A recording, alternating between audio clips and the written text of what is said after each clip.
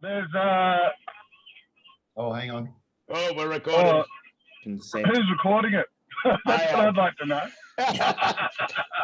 Big Pharma. No. I consent. Right, I'm out. No. Well, back for the first show of the new year, guys, and good to see Tim and you guys. I guess the next time, Tim, how are you, mate? Yeah, I'm good. I'm hanging in. I'm hanging in here. I'm still here. So, just because Tim's in Thailand and it's far away, you don't have to shout. I'm using my Jabra headphones, so I'm adjusting. I'm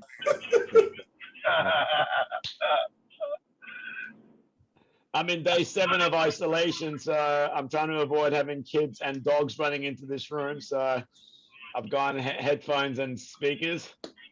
Dirty cunt, man.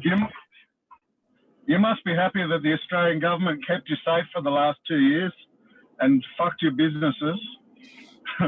All our businesses thrived. So that you can get coronavirus 2 years later, like everybody else.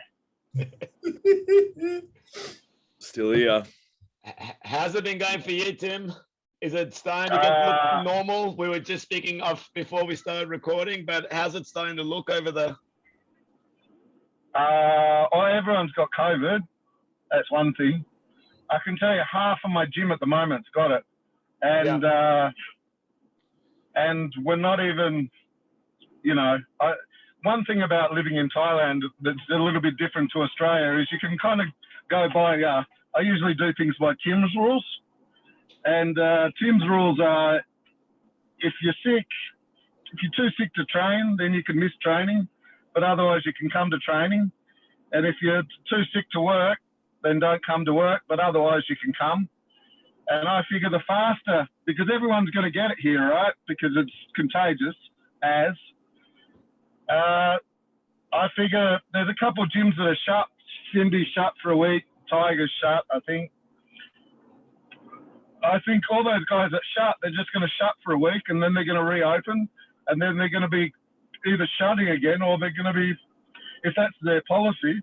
But I think my own gym, I think within 2 weeks, I reckon everyone would have had it. Another 2 weeks, and we'll be getting on with it. Sounds like my gym. Because all the all my trainers, they haven't tested, but all my trainers think that they've got it or had it, and half the people as well. There's a couple of people that chose to isolate. That's their own choice, and I got a lot of Europeans here that half of them have had it already. They've already had it in their own countries, so they really couldn't give 2 fucks. They're like, oh, I had it a year ago. So they haven't been scared of the boogie monster for a long time, So I saw on Instagram, are you setting up a new location again? Yeah. So I lost the big gym that I had at the start of all of this. And needed to put my shipping containers somewhere, so I rented some land and sat the containers there for a while. Built a skate park because I thought I'd start with something simple. And then I actually bought a second-hand COVID tent. Maybe we shouldn't tell everyone that it was a COVID tent. It's not 100% that it was a COVID tent, but I bought a second-hand tent, one that they use for... one that they use for Channel 7, and they use them for IFMA as well. The big arc tent. Yep. So I bought one of those, put a new canvas on it, painted the steel. I basically lost all my money, so I couldn't afford to build a new roof. So I put up a tent. So I've got a new gym with a tent, and we're doing jiu-jitsu and the other stuff in the old little gym. And, I'm doing everything slowly because we're full this month, which is good, but the month before we had some people, and 2 months before that we had nobody for 2 years almost. Like just dribs and drabs. Some people from Israel came, not enough. All my guys have been on half wages, and I went from 13 trainers to at one stage 1. Shit. And it was me and Sagapet left we trained all the local kids for free. So we got about 15 local kids from about 6 up. And so we got a gym full of kids that don't pay, but it just adds a bit of atmosphere to the place. And it gave the trainers something to do, because everybody, if you can't go everybody suffers. And through that time, I paid them half wages to train the local kids. And I made the money not from anything for here. I made it from selling shorts overseas, selling gloves overseas.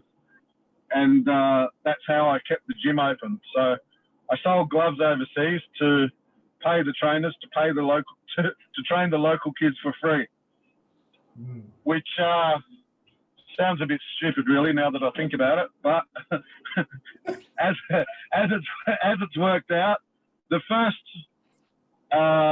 noise complaint we got about the new gym, they complained to the Obertor, who's like the mayor, and then one of those little kids' parents, who's an older guy, came to me and said, "Oh, don't worry about the mayor. I'll go and have dinner with him tonight. He's a friend of mine."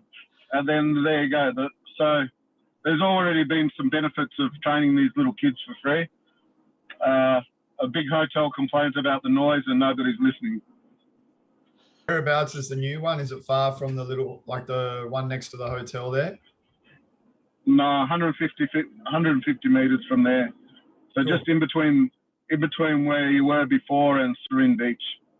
Yeah, nice.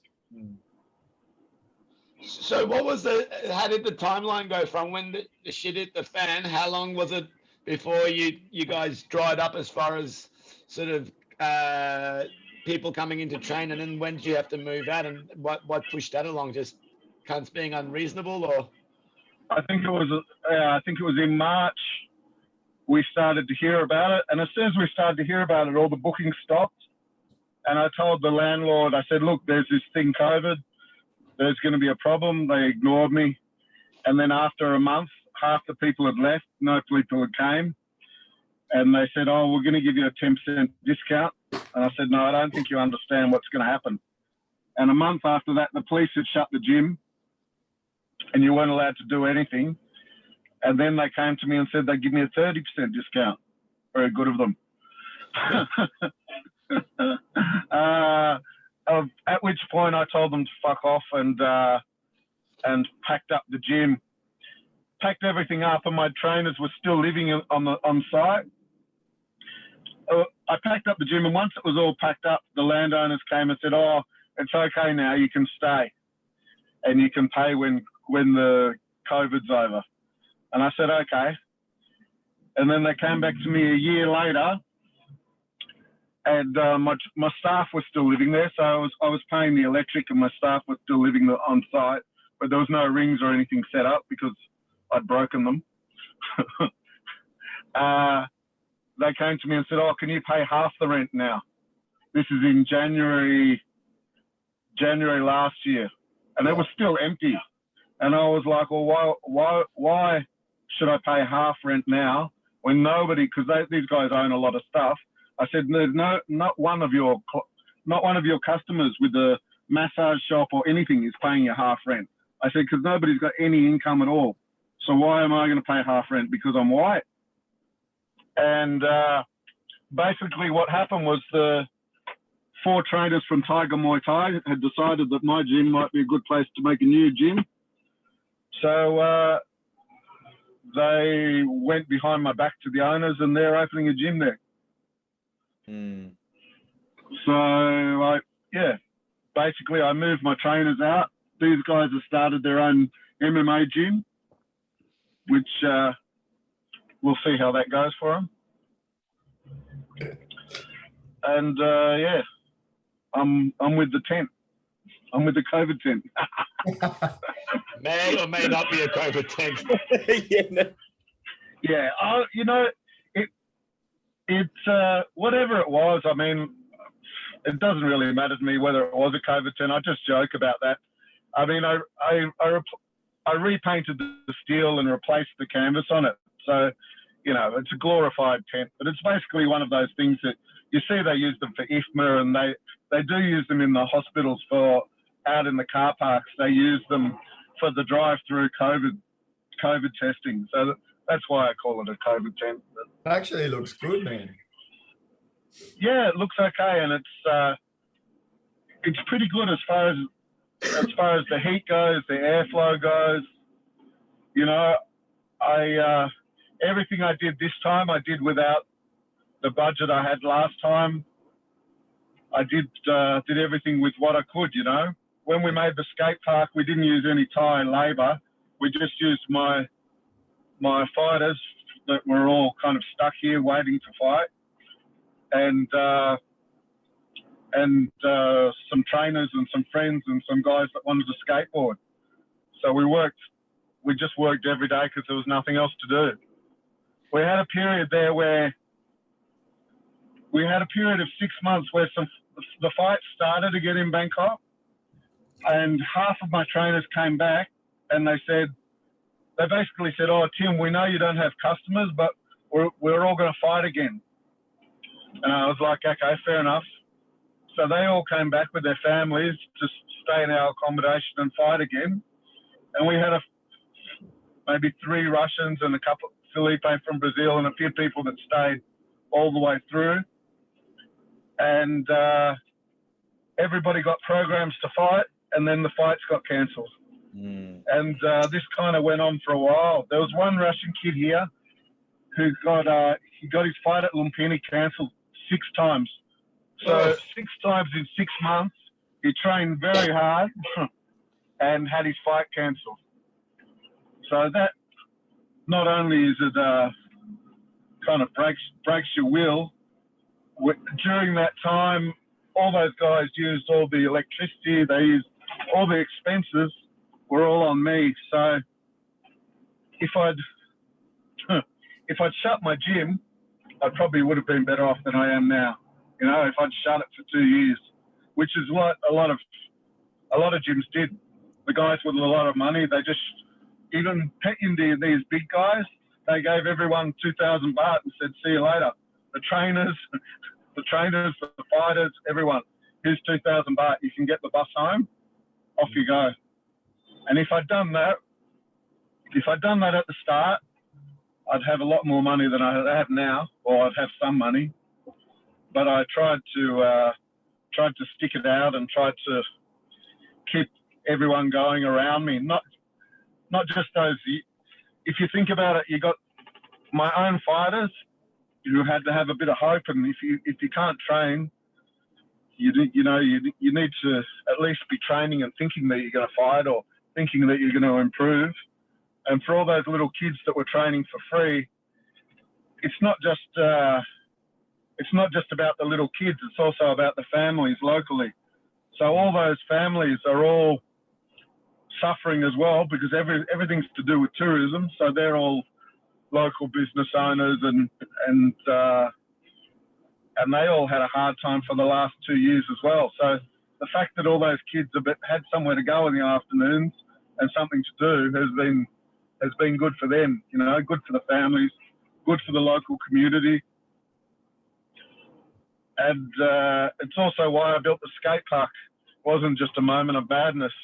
I looked at the other gyms spending money, and I thought, how can I before I used to compete with them because I had better trainers, you know, and I thought, how can I compete with them now? I don't have the facility. I'm not building swimming pools and spending all this money. I've got a few shipping containers, and at that stage I didn't even have the tent. So what I did was try to make the gym with a tent and concentrate more on not just the training. Everyone competes with each other with that, but try and give a sense of community. So we made the skate park so kids come down and train, and then they skate, and there's some people that just skate, and we tried to make it like if groups come, they might want to surf, skate. But we've got a Brazilian guy that teaches has some soccer lessons, you know. So we tried to just make the gym a little bit more, not just for fighters, but so it appeals to not just holiday makers, but everybody, you know, something for everybody, where you create a community and a sense of community, and something where if people come, they want to hang out there, like hang out all day or hang out part of the day. You know what I mean? I was going to ask that. So with you looking back at it, like I was just throughout the last couple of years been watching a lot of gyms that traditionally had a lot of really high quality trainers there, and then like what you said, they did the whole like, yeah, we're shut, just go back to your hometown, and then watching those trainers eventually either try and open up something new or go overseas or move to another place. So far, looking back at it, I was going to say, is that what you did? Do you account for that? You managing to keep people like Sagat Pet and stuff like that? Sorry, I lost the end of it. So, I mean, what I was going to say is rather than sending Andy, everybody back can you home, say that again? rather than sending everybody back home and looking after them that way, although it probably costs you financially, do you think that doing that's kind of helped you manage to keep high quality trainers like that? I think Tim's frozen. It's gone. It's gone to a red light. What do you think, Andrew? I think so. I'll give him a shout back. Well, while we're waiting for him to come back, the in and amongst Thailand they've obviously stopped incoming travel, but the sandbox program to Phuket is still a thing, is it not? Yeah. So they've still got the like, you can still go straight and don't do the quarantine and that, but it's the other places. So they've still got that apparently. Yeah. You don't need to worry about that same 2 week and the 1 week Bangkok thing and all that. Well, I'll ask him that. Well, we've got him back now, so you can ask your question again. Tim, But can I you think hear? what, No.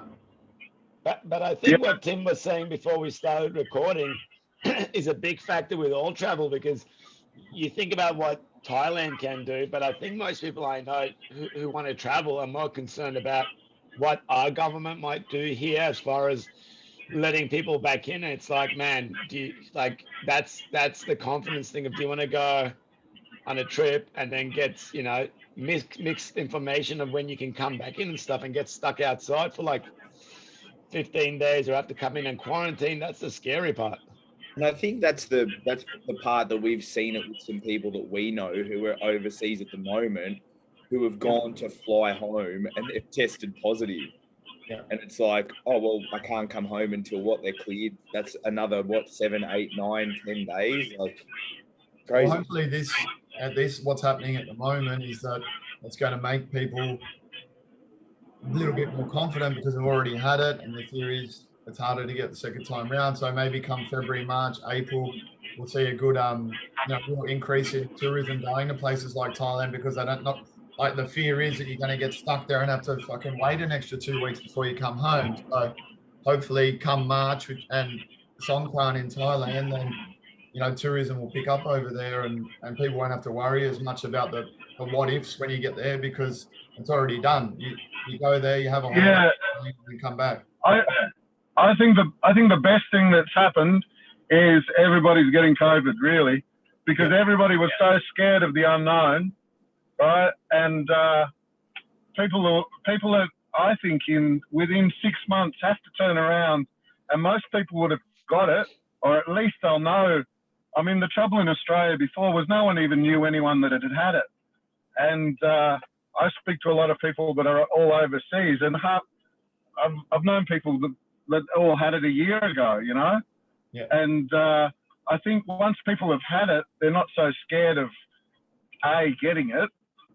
And I think, you know, the governments have to look at lifting restrictions and, you know, making things easier for people.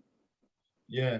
So now that you're back, what I was saying before is around your trainers. So, you know, before you were mentioning it costs you a lot of money to keep them on, whereas other gyms are sending their trainers back out the country and whatnot. Do you think that move's kind of help you keep high quality trainers that you got there now? Whereas if you had to send them back before, the potential for them to move on, start new gyms or go to other gyms and stuff like that, or are they contracted? Nobody's contracted, but I can tell you that when there was a period where things were closed in Phuket, all of my trainers that I had offers from Bangkok to go and work in Bangkok. Yeah. At various gyms, and none of them went. And that's for a number of reasons. One is the southern guys like to stay in the south. Yeah. No, a lot of them grew up in Bangkok, in gyms in Bangkok, and they don't really want to go back. There is a sense of loyalty, and we have been together. Some of them worked for me for 8 years, so that is a factor. And another factor is,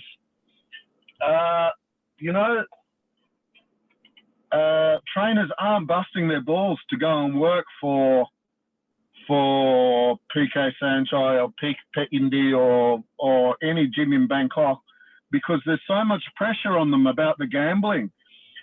If somebody loses, every time somebody loses, there's questions asked. Why did he lose? Did he lose because something crooked happened? Did he lose because you didn't train him well enough? So there's like a massive pressure on the trainers at all the gyms that are heavily involved in the gambling, which is all of them.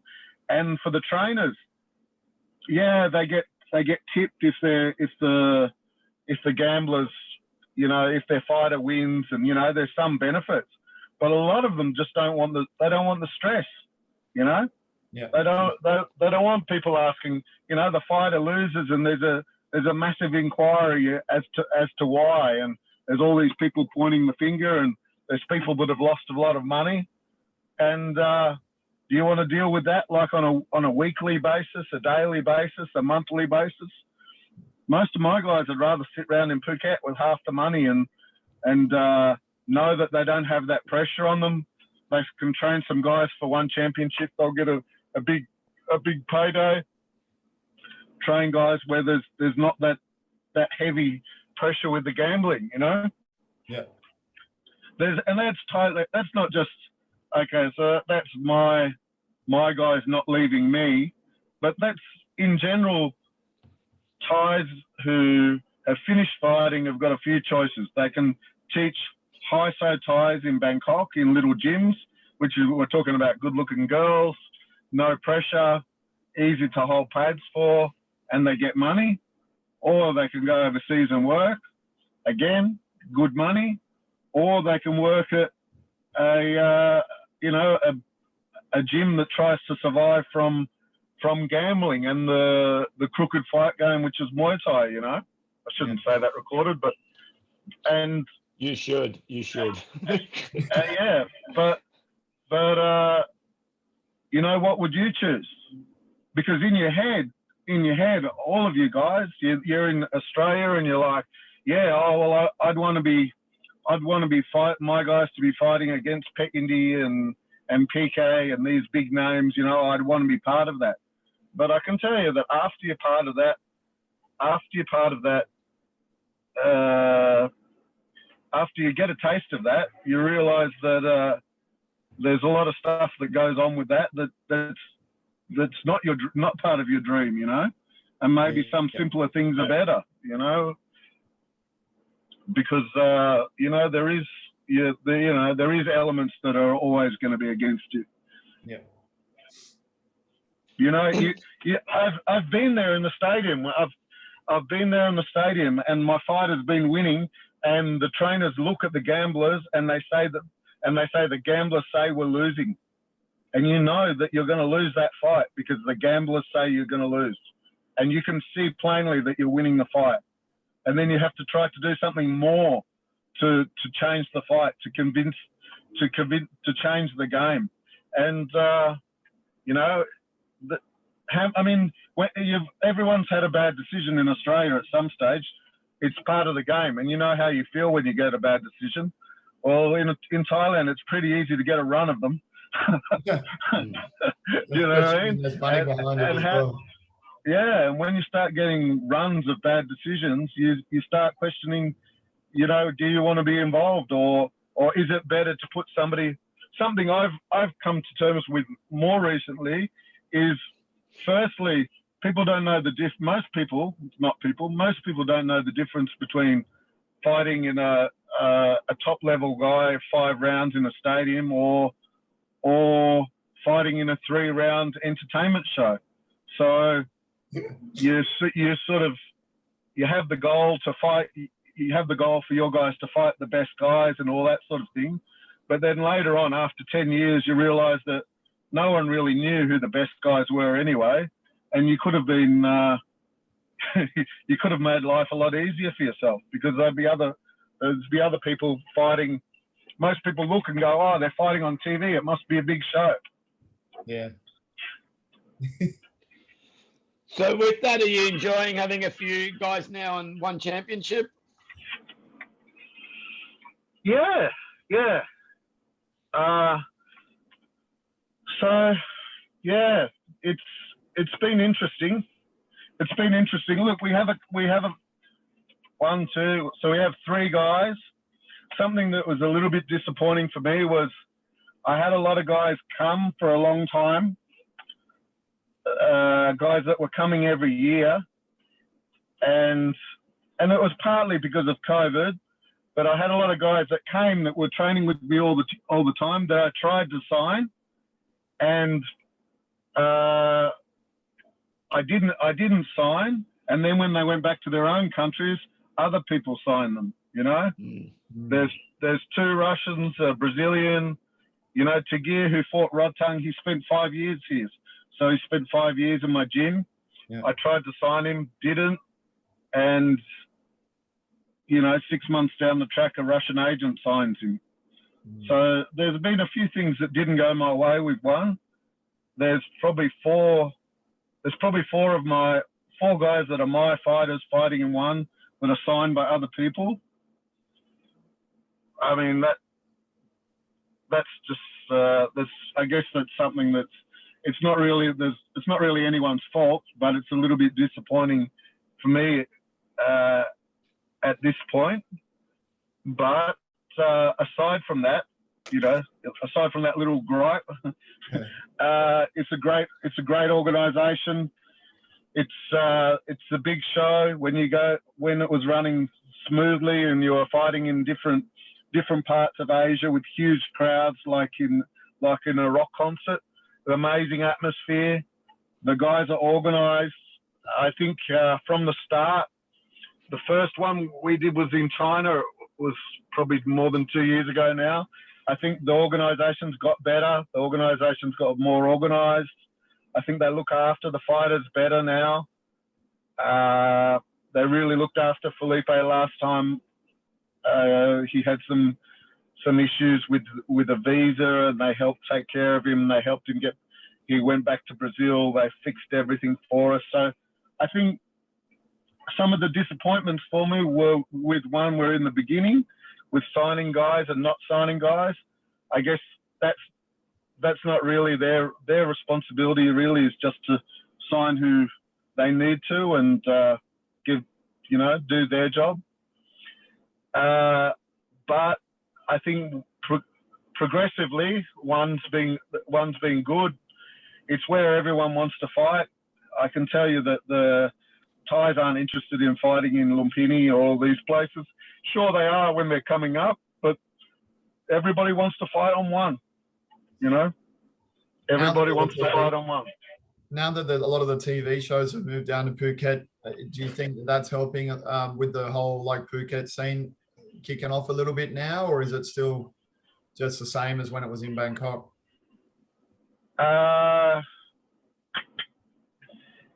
It should be better. It should be better. A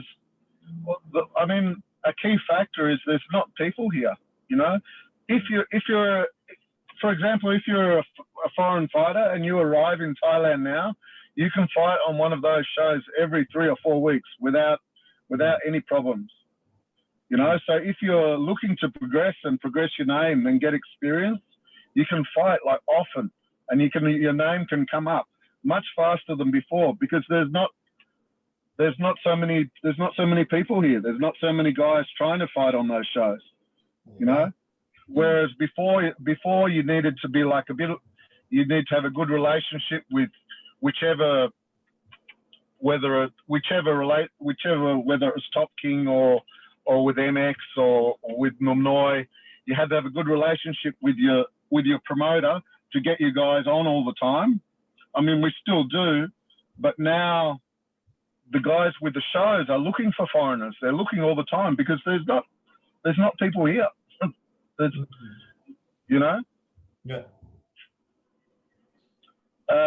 So because it's based in Phuket, it should be good for Phuket. I saw there's some shows started in Muay, but aside from that, you know, there used to be shows here every night. There's not shows here every night now. There's the 2 entertainment shows on the weekend, and I think there's a show once a week in Muay. Yeah. What's the bloke gonna do that was making all the belts for Bangla Stadium? He must have taken the Bangla Stadium world title belts. He must have taken a massive hit in the pocket with all the foreigners not coming in. Oh, this Bangla Stadium's been closed for 2 years. Oh. So many world champions have now gone uncrowned. Yeah. Well, look, it's one of those things. It's I mean, I don't think those fights every night did any good for Muay Thai, really, because they were so poor quality. They're so mismatched. I guess it just gave people an opportunity to get experience. One thing about Thailand now, which concerns me a little bit, is there's no grassroots fights. Like there's hardly. We took some kids. The trainers took somebody 7 hours for the little kids to fight the other day.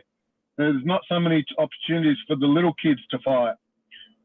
And if you think of some of the big superstars that you know, Muaythai and some of these guys, you didn't see them fight for 2 years because they don't have fights. They've gone off to the countryside. There's a lot of big stars that you'll never see again. And is there a new wave of Thais coming through? No, Not really, because how can they come through? Where have these, you know, they haven't, Thais don't train unless they're going to get paid, right? Well, these little kids in my gym do, but they're little kids. But unless you're going to get paid, it's very hard to get Thais to train. They're not really training for fun. So all these gyms that would have produced all these fighters in the last 2 years, up country and these sorts of things, none of them have been fighting. So how is Muay Thai developing in Thailand? It's not in a very good way, I can tell you, because there's barely any fights. There's no fights in Bangkok now. Yeah. I think it's all shut again. So there's no fights in Bangkok. There's hardly any fights regionally. There's a few shows on TV, and then how does, that 15-year-old kid that you used to meet that had 200 fights? Well, now that 15-year-old kid probably didn't fight since he was 13. He might have had 20. You know. And so, Tim, what do you think of this year? Like, how optimistic are you for the year that's coming? Are you a bit tentative, just by way of, I mean, it's been a shit 2 years. You don't want to get your hopes up, or are you a little bit more optimistic for this year with things like the Sandbox program and, countries starting to open back up, et cetera, et cetera? Look, the Sandbox program, I think, is great because people test before they leave their country. They test when they arrive. If they don't have COVID, then they're off to train, and that's great. And if they keep that open, then that's all well and good. But people have to be prepared to travel.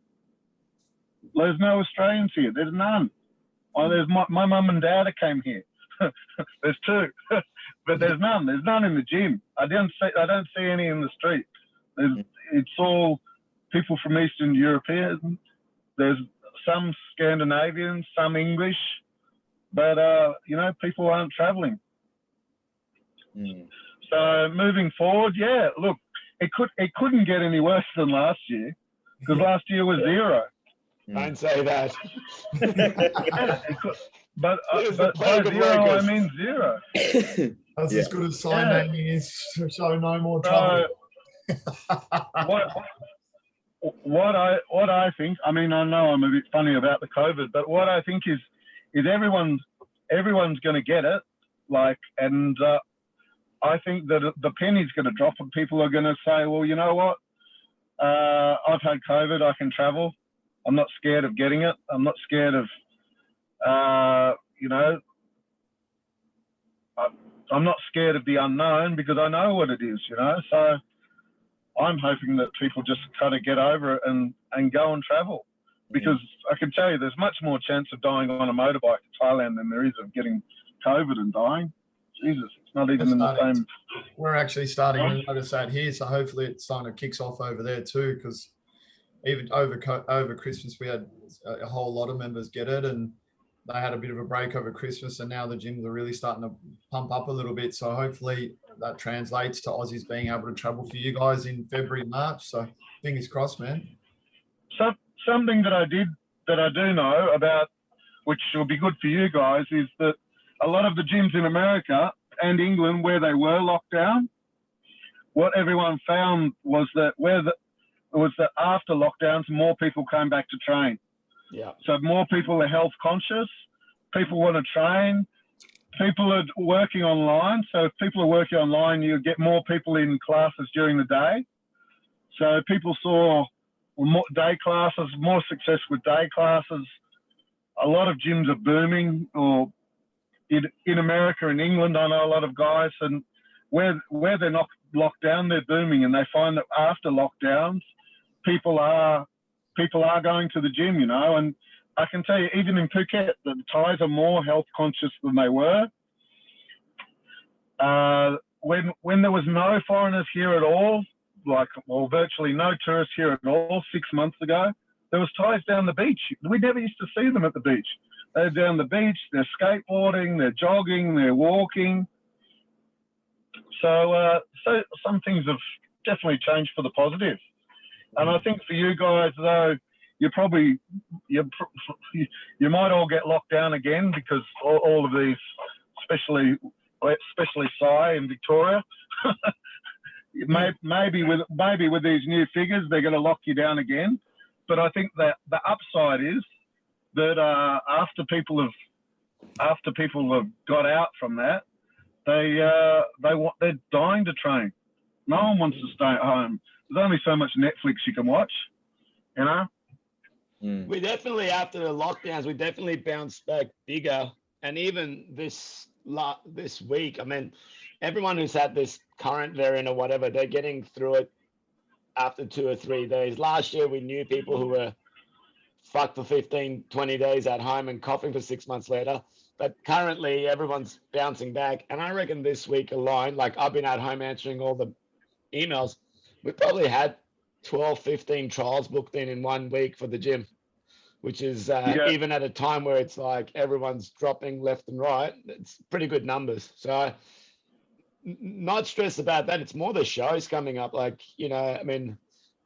and Greeny, we're going to bring the 2 Brazilian boys out in February, and they've just postponed that to May, just because of the uncertainty of having events going ahead. I've got 2 shows in February, and I'm like, come on, baby. Yeah. Crowd restriction. And that's a global thing, The guys I talk to everywhere that are putting shows on in Europe as well, everyone's like, well, Tim, we want to bring your fighters out. We've got something planned in Amsterdam, for example, at this date, but we don't, we're a bit scared to invest the money. We need to wait until see what the restrictions are, and all governments change everything at the last minute. So the risk's there for everyone, because you never know what they're going to say next. Whether they're going to limit how many people you can have in the venue, whether they're going to say that it's unsafe and you can have your show but without a crowd. You don't know, do you? No. And this Thailand's the same, you know. These entertainment shows that are on Hardcore and Super Champ, they just let crowds in on the weekends, the first time. Yeah. So all the shows in Phuket have all been without any audience until last week. So Tim, on that fight that I just mentioned, two guys you're familiar with. Obviously, Chad was with you for a long time, and you'd be very familiar with Lobo. They're due to fight in May. How do you see that fight, man? What do you think of it? I tried to match that fight with you before, Si. You did? I told you then it'd be a good fight, and you didn't want to listen to me. And I still say it will be a great fight. Really, that's something to get excited about. That fight, you know, you got two top guys, both fought at a top level, and yeah, it'll be an exciting fight. Really.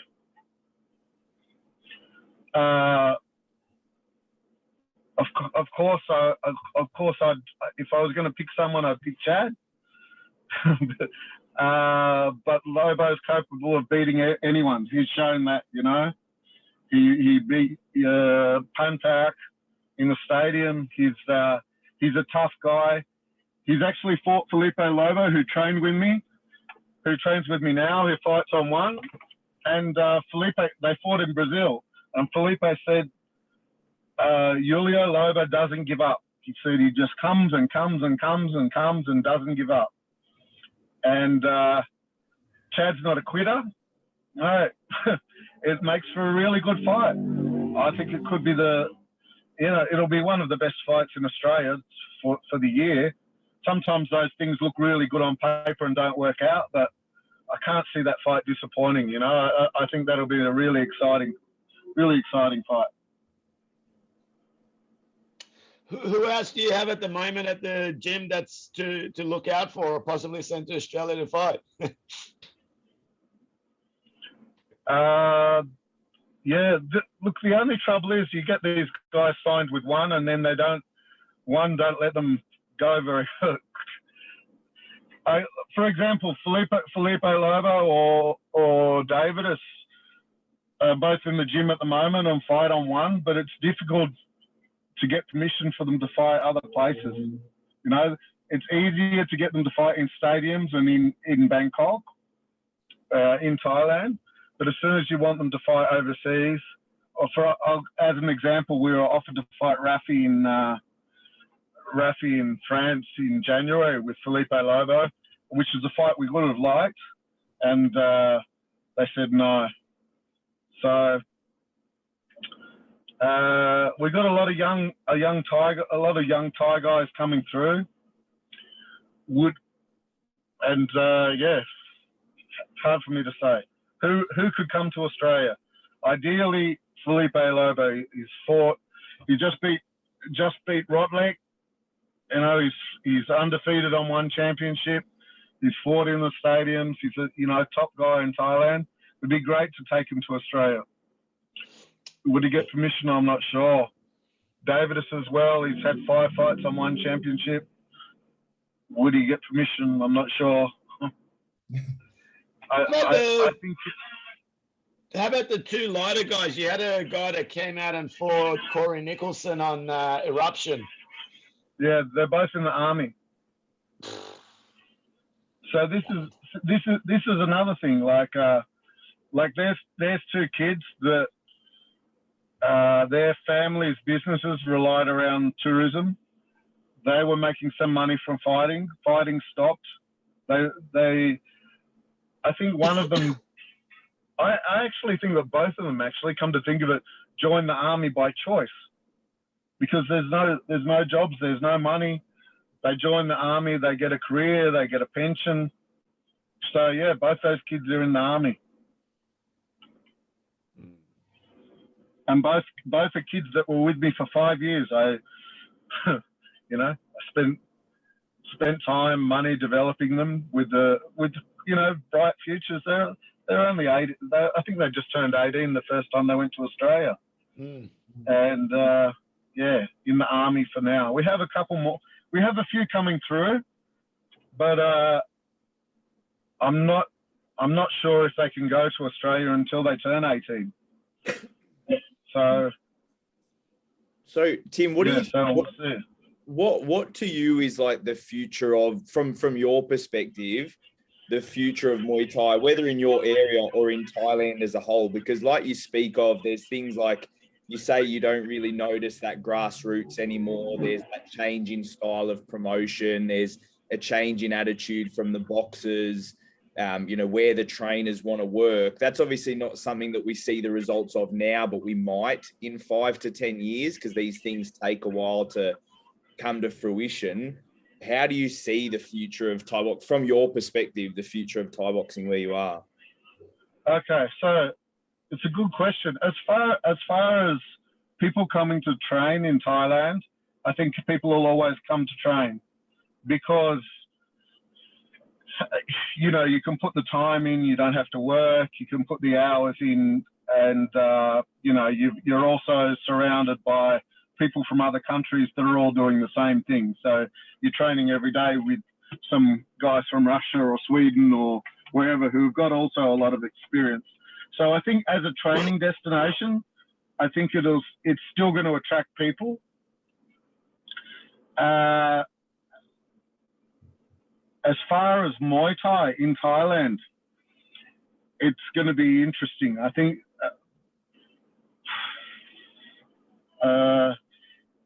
think it's already gone through it. I think it's been in decline for 20 years, if you really want to know. It's been in decline. The gambling has really affected it. There's a few people out there that are really trying to lift it, and they're trying to help with the grassroots and get it going. Maybe getting into the Olympics is going to help a lot. But you can see already Fairtex made a new promotion at Lumpini. It's with MMA. It's with girls. Thai boxing, the fight sports in Thailand's changing. It's this golden era. It's gone. It's gone, and it's not coming back. Yeah. Will the sport keep? I mean, the sport will keep on going. But it's difficult to. It couldn't get. I'll put it this way: it couldn't get any worse than it did in the last 2 years, because in the last 2 years there was no fights. All of these gyms. There's some of these big gyms. They have like 30 or 40 fighters now. Why do they have 30 or 40 fighters? It's because all of the small gyms closed. They all closed, and they had to sell all the fighters. So there's half a dozen gyms that have all the fighters. They all fight under different names, but there's half a dozen big gyms, and then all of these small gyms. Most of them are gone. They're gone already. They are gone. And are they going to come back? I don't know. It's there's this cycle of the way things were before.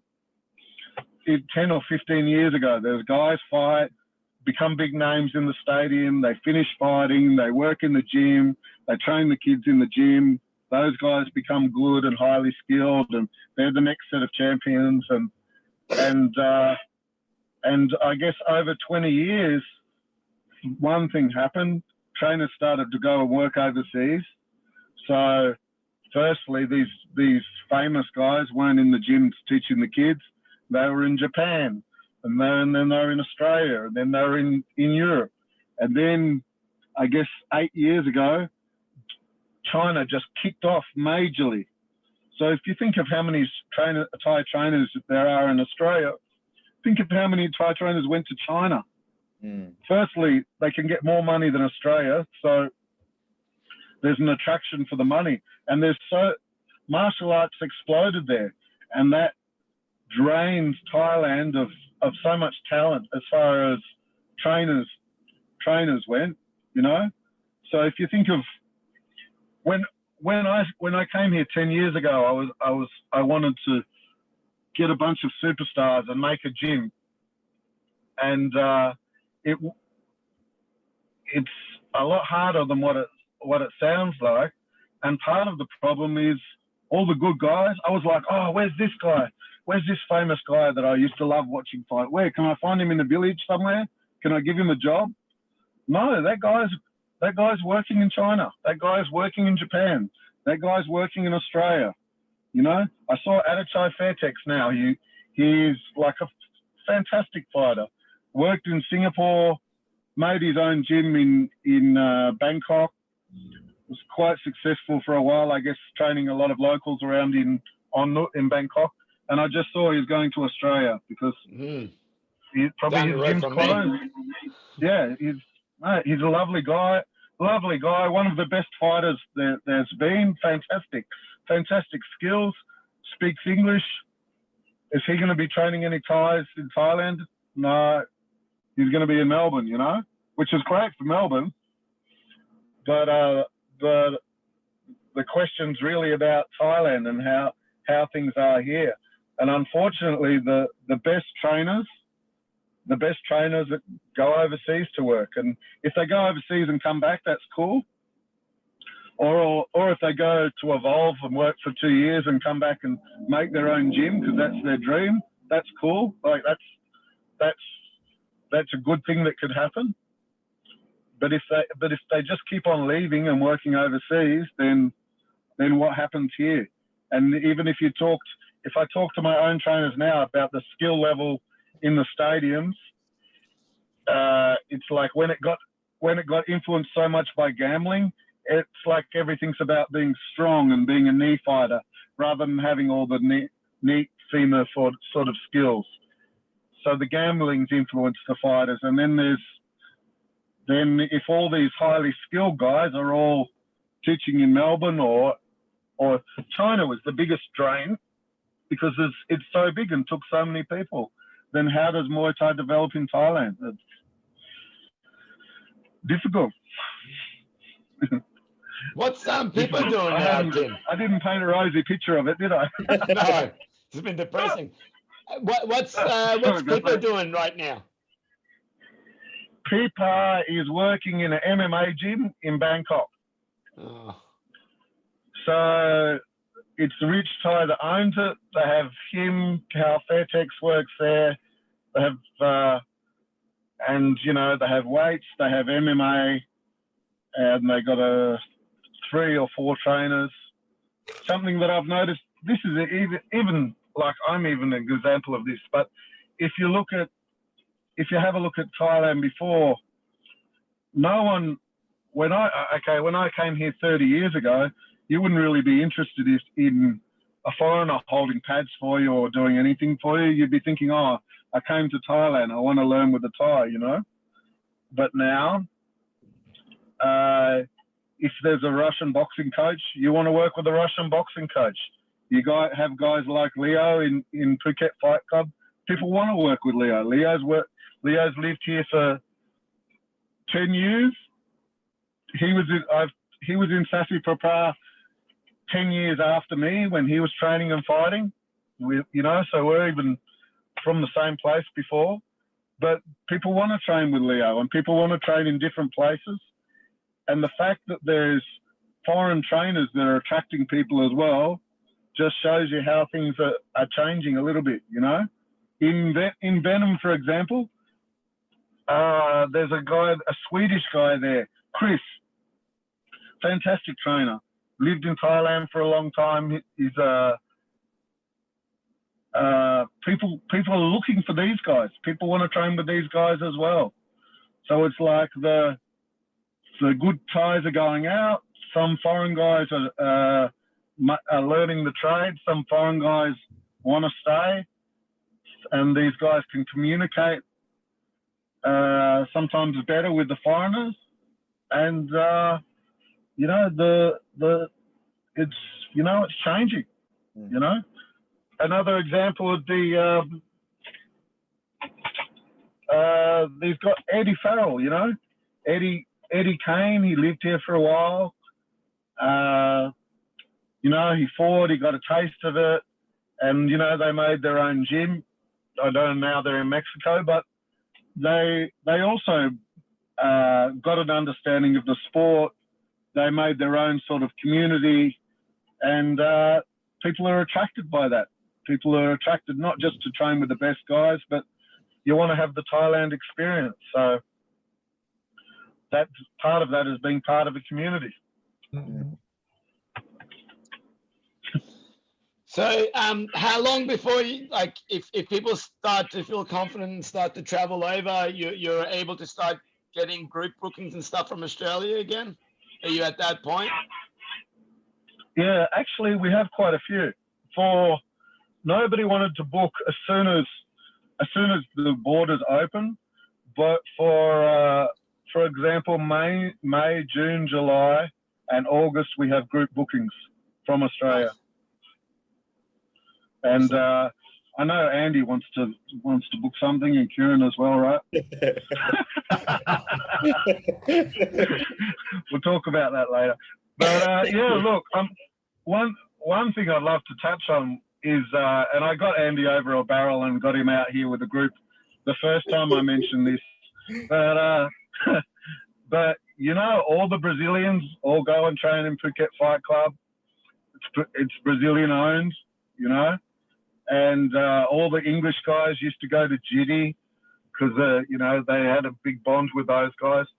And what used to irk me a little bit, even now, I'm here. We've got top, you know, there's Pentai, Sagapet, top trainers. There's 4 guys in the gym that fight in one championship, and still I look and see what's some Aussie kids gone to train at this little gym or that little gym or somewhere where I know the training is second rate. And I'd like to think that all the Aussies would come to me, you know. I'd like to think so, and it's something that I'm trying to work towards, whether I work more with the Muay Thai World Council and try and offer groups and try and sponsor more Aussies, and try and help Aussies that want to make that want to try and make a career, or want to try and get from being a good amateur to getting that experience in Thailand and becoming a pro. Because I think regardless of the state of Muay Thai, here is somewhere where you can fight regularly and you do develop as a fighter.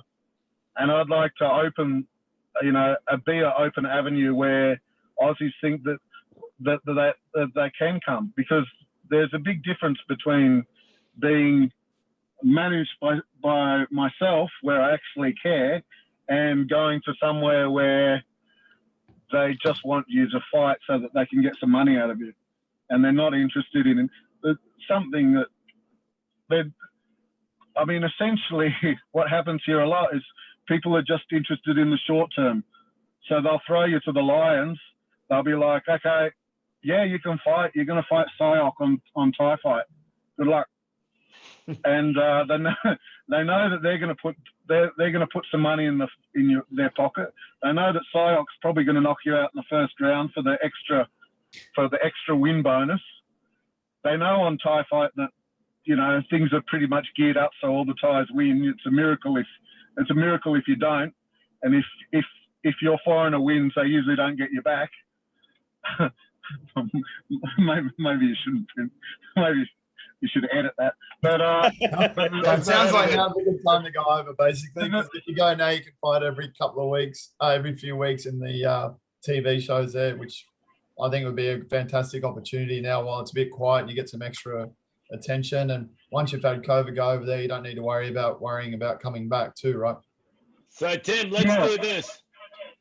I've got a show February 26th, and we'll pick either one of the fighters or we'll run a prize or something. I'll pay for their return flight to come and train at Revolution in Phuket. So Rebellion will pay for it. If you guys want to sponsor half of their training or something, we'll start building. Maybe do that just to start getting it going. If you're interested, let's hook it up. I'll take care of the flights. You take care of the training. Yeah, I'm happy to do that, and I'm happy to work with Kieran and Andy as well. If you want to make some deals where you award some training, award a month, we award some training to your best performing fighter, or to member of the month, or whoever it is. I'm happy to try and get some traffic, and to try and get the young kids that are trying to develop, and it doesn't even matter. It's just someone who wants to come on holidays. I'm willing to make some deals, some arrangements. It's not really money making for me at this stage. I just want to see some people. Problem is, Kieran will send them. Andrew will probably fucking sell it onto his member for extra dollars. Hey, I've got to get my 20%, man.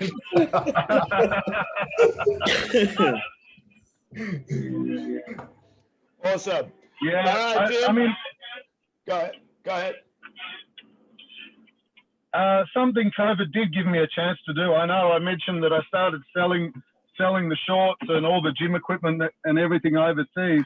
It did give me a chance to stop and contact people overseas and talk to other gym owners, and to try and increase my network of people that I knew, or people that we can work together, other promoters, guys with gyms, people that want to bring groups, because at the end of the day, everyone wants the sport to grow, right? Because if it doesn't grow, we're going to have to watch MMA all the time, and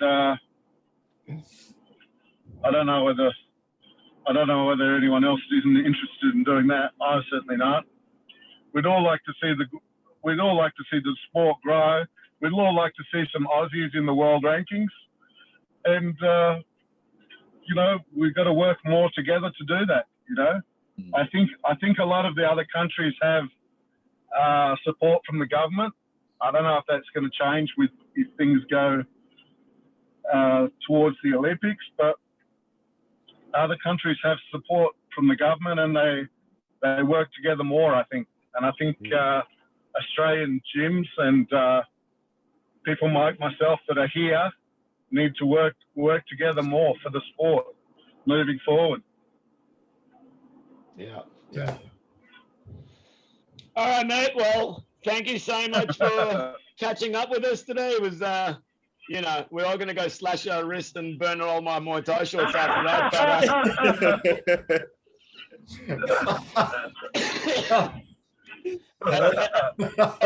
A dose of honor. Any young Thais out there watching and want to make a career in fighting?